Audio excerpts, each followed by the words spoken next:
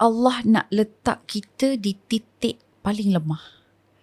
Allah nak tarik kita at the lowest point of human being. So sebab tu perjalanan haji kita, dia daripada selesa kepada sangat tidak selesa. Daripada Arafah tu best lagi. Kalau dulu seingat saya, kita bentang sejadah tu, satu sejadah tu lah tempat kita, situlah tempat makan minum kita, situ juga tempat tidur kita, situ juga beg-beg kita yang kita letak.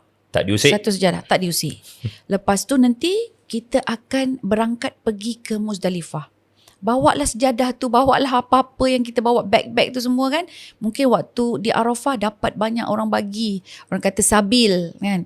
Dapat cawan, dapat mak masa tu lah kan. Dapat payung lah, dapat bantal lah, dapat tuala. Siapa bagi? Memang dekat sana dia orang ada budaya untuk memberi kepada Saudi? jemaah haji.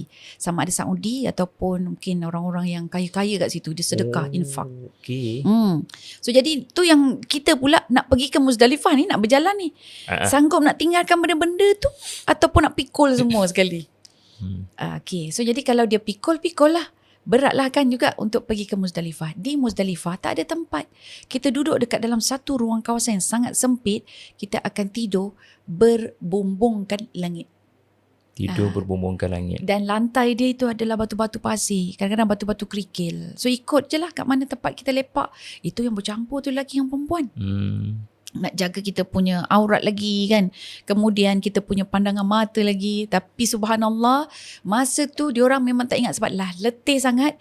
Asal letak aja kepala, semua masing-masing berdengkur.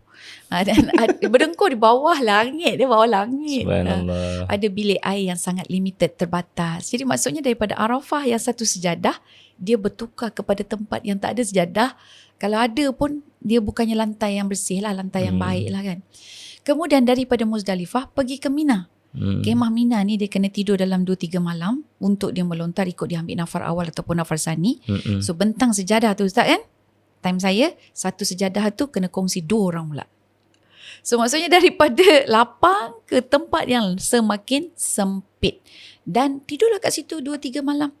Uruskan untuk kita punya melontar dan sebagainya. Dah melontar tu lagi pergi 3 kilometer, balik 3 kilometer. Contoh kalau kita berjalan daripada perkemahan Mina lah.